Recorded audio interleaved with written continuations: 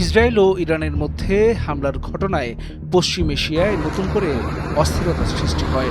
যুক্তরাষ্ট্রের president Donald ট্রাম্পের আহ্বানে সাড়া দিয়ে সহিংসতা ও পাল্টাপাল্টি হামলা স্থগিত করার ঘোষণা দিয়েছে ইরান ও ইসরায়েল। সোমবার দেশ দুটির পক্ষ থেকে এ ঘোষণা দেয়া হয়। ইসরায়েলের প্রধানমন্ত্রী বেনিয়ামিন নেতানিয়াহু ঘোষণা দেন, সংঘাত এখন নিয়ন্ত্রণে। এর কয়েক ঘন্টা আগে তেহরান সামরিক পদক্ষেপ থামানোর ঘোষণা দেয়। তবে ইরান সরকারের যৌথ কমান্ড জানিয়েছে, ইসরায়েল বা তার মিত্ররা লেবাননের দক্ষিণাঞ্চল সহ যে কোনো স্থানে কোনো ধরনের আগ্রাসন ও বৈরী কর্মকাণ্ড চালালে তার জবাবে আগের চেয়ে অনেক বেশি কঠোর ও ধ্বংসাত্মক পদক্ষেপ নেওয়া হবে।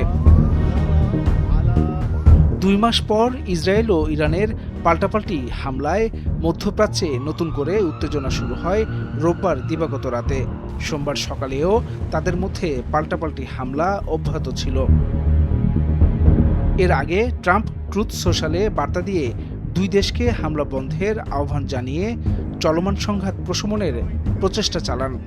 পরে আরেকটি পোস্টে ট্রাম্প এও বলেন যে ইরান ও ইসরায়েল তাৎক্ষণিকভাবে একটি যুদ্ধবিরতি করার চেষ্টা করছে। এর পরপরই ইরান ও ইসরায়েলের হামলা আপাতত বন্ধের ওই ঘোষণা এলো। এক জ্যেষ্ঠ ইসরায়েলি কর্মকর্তার উদ্ধৃতি দিয়ে ইসরায়েলি সংবাদ মাধ্যম জানায়, ট্রাম্পের অনুরোধে ইসরায়েল ইরানের বিরুদ্ধে হামলা বন্ধ করেছে। ডেস্ক রিপোর্ট, ভোরের কাগজ।